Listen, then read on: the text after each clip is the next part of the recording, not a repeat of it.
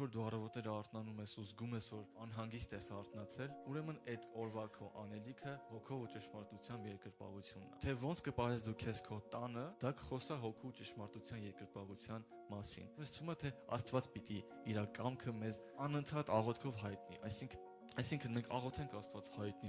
Աստված հայտնի, բայց ինչի՞ է Պողոս առաքյալը գրել, որ ձեր մտքերը զարգացրեք ու նորոգվեք, որ դուք քննեք Աստծո կամքը։ Մեր տներում, երբ որ մեր առկա խնդիրներում, մեր աշխատանքի վայրում, մեր տանը, մեր քայլվածքում ինչ-որ մարդու ենք հանդիպելու ուտեղ ինչ-որ լուրջ անելու բան կա, երբ որ միտքը զարգացած է աղոթքի վրա, դու երեք գիշերն աղոթել ես, այդ օրը տնից դուրս գալուց աղոթել ես, ուրեմն դու այդտեղ կվարվես Աստծո համեմատ, ու դա քո մեջ նորից կզարգացնի ու ամուր կհաստատի երկրպագուի բնավորությունը։ Այս ամեն ինչը վերջնանպատակ ունի իհարկե։ Մենք հանդիպելու ենք Աստծուն երկնքում ու իր այդ հավերժ ապրելու ենք։ Իսկ պարզ երեսով չլինենք Աստծո առաջ, որ մենք այս երկրի վրա իրան էլի երկրպագել ենք։